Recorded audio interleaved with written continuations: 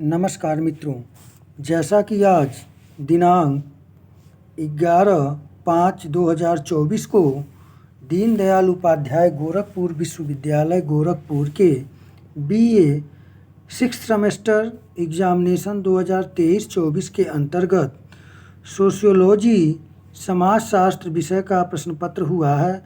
Paper का जो code था SOC 304, पेपर आईडी जो था वह देखें 5581 था। आइए इसके आंसर की को देखें।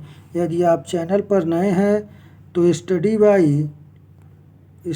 बाई बीरेन सर चैनल को लाइक, शेयर और सब्सक्राइब करना न भूलें। तो आइए देखते हैं। पहला प्रश्न जो पूछा गया था आप लोगों से, वह प्रश्न पूछा गया था भारतीय समाजशास्त्र में के पिता के रूप में किसे जाना जाता है। तो इस प्रश्न का सही उत्तर होगा ऑप्शन सी, GS घुरिये को भारतीय समाजशास्त्र के पिता के रूप में जाना जाता है। दूसरा प्रश्न पूछा गया था समाजशास्त्र विभाग पहली बार भारत में शुरू किया गया था। तो इस प्रश्न का सही उत्तर होगा ऑप्शन डी, बॉम्बे विश्वविद्यालय में। प्रश्न संख्या तीसरा पूछा गया था आप लोगों से, समाजशास्त्र की शुरुआत कलकत्ता विश्वविद्यालय में हुई थी। तो इस प्रश्न का सही उत्तर जो है वह है ऑप्शन सी, 1917 ईस्वी में। प्रश्न संख्या 4 पूछा गया था आप लोगों से, भारतीय समाजशास्त्री समाज की स्थापना कब हुई। तो इस प्रश्न का सही उत्तर है ऑप्शन बी, वर्ष 1951 ईस्वी में। प्रश्न संख्या 5 पूछा गया था, GS घुरिये का दृष्टिकोण था। तो इस प्रश्न का जो सही उत्तर होगा ऑप्शन बी, संरचनात्मक कार्यात्मक। आइए अगले प्रश्न को देखें। प्रश्न संख्या 6 आप लोगों से पूछा गया था, इंडोलॉजी दृष्टिकोण आधारित है। तो इस प्रश्न का सही उत्तर है ऑप्शन डी, पवित्र ग्रंथों पर। प्रश्न संख्या 7 पूछा गया था, 1957 में प्रकाशित द महादेव कोली लिखी गई थी। तो इस प्रश्न के जो चारों ऑप्शन है वो चारों ऑप्शन गलत है। 1957 ईस्वी में प्रकाशित द महादेव कोली जो लिखी गई थी वो GS घुरिये के द्वारा लिखी गई थी। यहाँ पे ये ऑप्शन में है ही नहीं। और जबकि यहाँ देखें MN श्रीनिवासन द्वारा ए ऑप्शन और C ऑप्शन दोनों ऑप्शन एक ही हो गया है। तो यहाँ पर GS घुरिये होना चाहिए। ये 7वां नंबर प्रश्न जो है यह डाउट में है। विश्वविद्यालय को इस प्रश्न को हटाना चाहिए या न हटाए तो सब बच्चों को समान अंक दे और फिर प्रयास करे कि ऐसी गलती दोहराई न जाए। ये कहीं न कहीं जो प्रिंट से संबंधित कार्य करने वाले लोग हैं उनकी लापरवाही है। आइए अगले प्रश्न को देखें। 8वां प्रश्न जो पूछा गया था वह 8वां प्रश्न पूछा गया था, संरचनात्मक प्रकारवाद केंद्रित है। तो इस प्रश्न का जो सही आंसर होगा 8वें नंबर प्रश्न का वह है आपका 8वें का बी है, सामाजिक स्थिरता पर। प्रश्न संख्या 9 पूछा गया था, MN श्रीनिवास का जन्म हुआ था। तो इस प्रश्न का सही उत्तर है ऑप्शन ए, 1916 ईस्वी में। और प्रश्न संख्या 10 पूछा गया था, प्रभुजात की अवधारणा किसने दी। तो इस प्रश्न का सही उत्तर है ऑप्शन बी, MN श्रीनिवास। आइए अगले प्रश्न को देखें। प्रश्न संख्या 11 पूछा गया था आप लोगों से कि MN श्रीनिवास ने ब्राह्मणीकरण शब्द को प्रतिस्थापित किया। तो इस प्रश्न का सही आंसर है ऑप्शन डी, संस्कृतकरण से।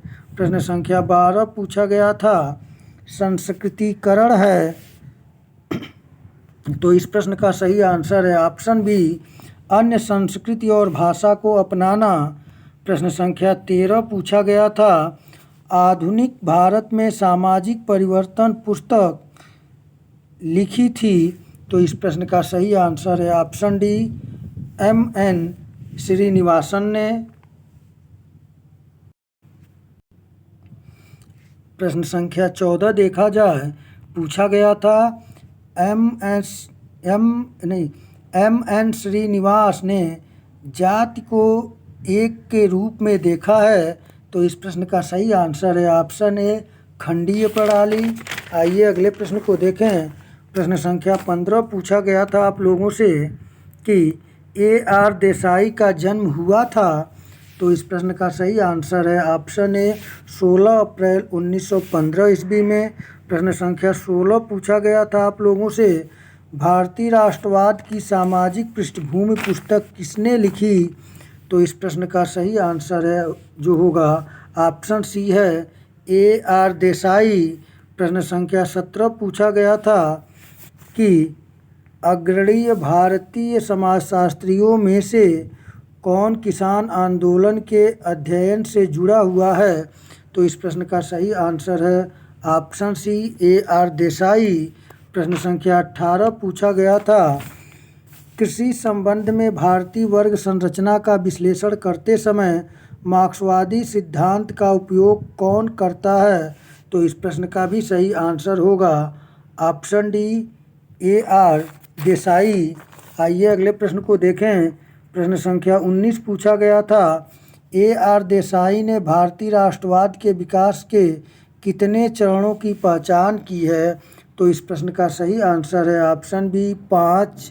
प्रश्न संख्या 20 पूछा गया था निम्नलिखित में से किसने इंडियन विलेज पुस्तक लिखी है, तो इस प्रश्न का सही आंसर है ऑप्शन ए S.C. दुबे ने। प्रश्न संख्या 21 पूछा गया था A.R. देसाई के अनुसार सामाजिक परिवर्तन का अर्थ है खाली स्थान में परिवर्तन, तो इस प्रश्न का सही आंसर है ऑप्शन बी समाज की संरचना में। आइए अगले प्रश्न को देखें। प्रश्न संख्या 22 पूछा गया था द रिमेम्बर्ड विलेज पुस्तक किसने लिखा था, तो इस प्रश्न का सही आंसर है ऑप्शन डी M.N. श्रीनिवास। आइए अगले प्रश्न को देखें। प्रश्न संख्या 23 पूछा गया था आप लोगों से ब्राह्मीकरण की अवधारणा को किसने प्रस्तुत किया, तो इस प्रश्न का सही आंसर है ऑप्शन ए M.N. श्रीनिवास। प्रश्न संख्या 24 पूछा गया था S.C. दुबे ने का अध्ययन करने के लिए संरचनात्मक कार्यात्मक दृष्टिकोण लागू किया, तो इस प्रश्न का सही आंसर है ऑप्शन ए भारतीय ग्राम समुदाय। प्रश्न संख्या 25 पूछा गया था दुबे द्वारा अध्ययन किया गया हैदराबाद के पास का प्रमुख गांव कौन सा है, तो इस प्रश्न का सही आंसर है ऑप्शन सी समीरपेट। प्रश्न संख्या 26 पूछा गया था, ये रिपीटेड प्रश्न है। यहाँ पे S.C. दुबे ने का अध्ययन करने के लिए संरचनात्मक प्रकार्यात्मक दृष्टिकोण लागू किया, तो इस प्रश्न का जो सही आंसर होगा वह होगा आपका यहाँ पे ए ऑप्शन भारतीय ग्राम समुदाय। आइए अगले प्रश्न को देखें। प्रश्न संख्या 27 पूछा गया था भारत में जाति प्रथा इंडो आर्यन संस्कृति के ब्राह्मणों का बच्चा है जो कि गंगा और यमुना के मैदान में पला है और वहाँ से देश के दूसरे भागों में ले जाया गया है, यह कथन किसने दिया है, तो इस प्रश्न का सही आंसर है ऑप्शन सी G.S. घुरिये। प्रश्न संख्या 28 पूछा गया था G.S. घुरिये ने जाति व्यवस्था की कितनी विशेषताएं बताई हैं, तो इस प्रश्न का सही आंसर है ऑप्शन सी 6। प्रश्न संख्या 29 पूछा गया था ग्रामीण नगरीय समुदाय की विवेचना में यह निष्कर्ष किसने दिया कि भारत में नगरीकरण की प्रक्रिया औद्योगिक विकास का परिणाम नहीं है, तो इस प्रश्न का जो सही आंसर है ऑप्शन ए G.S. घुरिये। आइए अगले प्रश्न को देखें।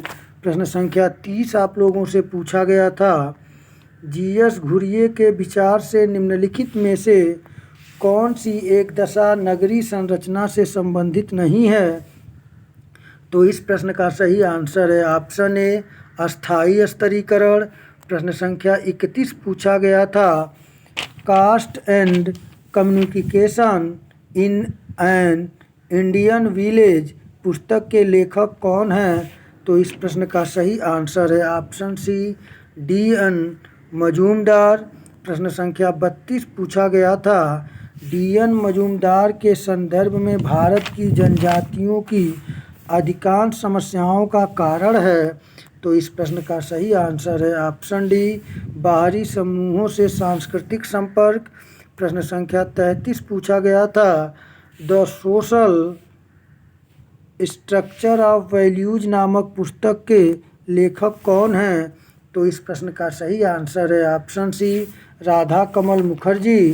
प्रश्न संख्या 34 पूछा गया था, राधा कमल मुखर्जी के अनुसार सामाजिक मूल्य क्या हैं? तो इस प्रश्न का सही आंसर होगा ऑप्शन डी सामाजिक रूप से मान्यता प्राप्त लक्ष्य। प्रश्न संख्या 35 पूछा गया था, राधा कमल मुखर्जी ने सामाजिक मूल्यों को किन दो मुख्य भागों में वर्गीकृत किया है? तो इस प्रश्न का सही आंसर है ऑप्शन ए साध्य तथा साधन मूल्य। प्रश्न संख्या 36 पूछा गया था, निम्नलिखित में से किसने भारतीय इतिहास की सांस्कृतिक व्याख्या दी है? तो इस प्रश्न का सही आंसर जो है वह है ऑप्शन ए D.P. मुखर्जी।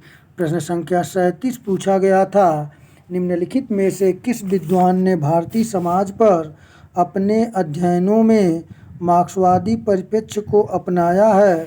तो इस प्रश्न का सही आंसर है ऑप्शन बी D.P. मुखर्जी।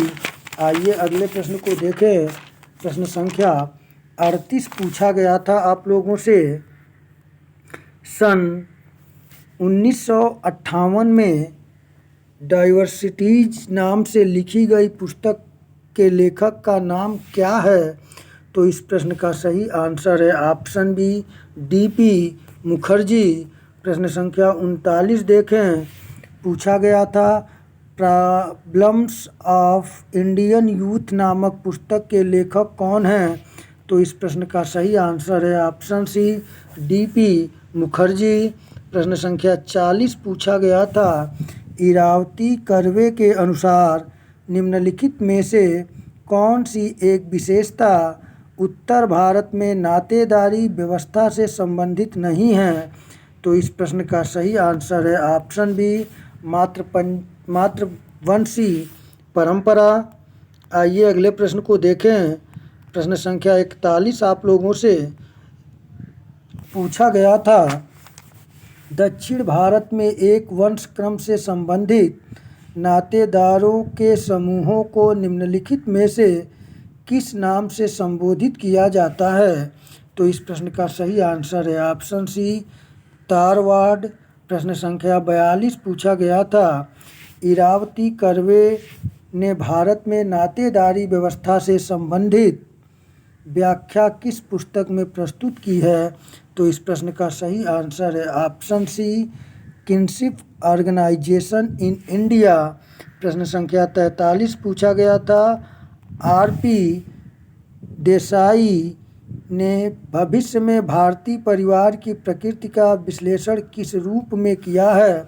तो इस प्रश्न का सही आंसर है ऑप्शन डी केंद्रक तथा संयुक्त परिवार का नया संयोग। आइए अगले प्रश्न को देखें। प्रश्न संख्या 44 आप लोगों से पूछा गया था कि some aspects of family in महुआ नामक पुस्तक के लेखक कौन हैं? तो इस प्रश्न का जो सही आंसर है वह है ऑप्शन सी I.P. देसाई। आइए अगले प्रश्न को देखें। प्रश्न संख्या 45 पूछा गया था, जिस प्रक्रिया के आधार पर किसी समुदाय में जाति गतिशीलता की माप की जा सकती है उसका नाम है? तो इस प्रश्न का सही आंसर है ऑप्शन ए संस्कृतकरण। प्रश्न संख्या 46 पूछा गया था, निम्नलिखित में से कौन सा भारत में पश्चिमीकरण का परिणाम है? तो इस प्रश्न का सही आंसर है ऑप्शन डी उपर्युक्त सभी। प्रश्न संख्या 47 पूछा गया था, लौकिकीकरण शब्द का अर्थ है कि जिसे पहले धार्मिक माना जाता था उसे अब वैसा नहीं माना जाता, यह कथन किसका है? तो इस प्रश्न का सही आंसर है ऑप्शन बी, M.N. श्रीनिवास का। प्रश्न संख्या 48 पूछा गया था कि M.N. श्रीनिवास के संदर्भ में निम्नलिखित में से कौन सा एक आधार प्रभु जाति से संबंधित नहीं है? तो इस प्रश्न का सही आंसर होगा ऑप्शन बी, नगरी प्रवास में वृद्धि।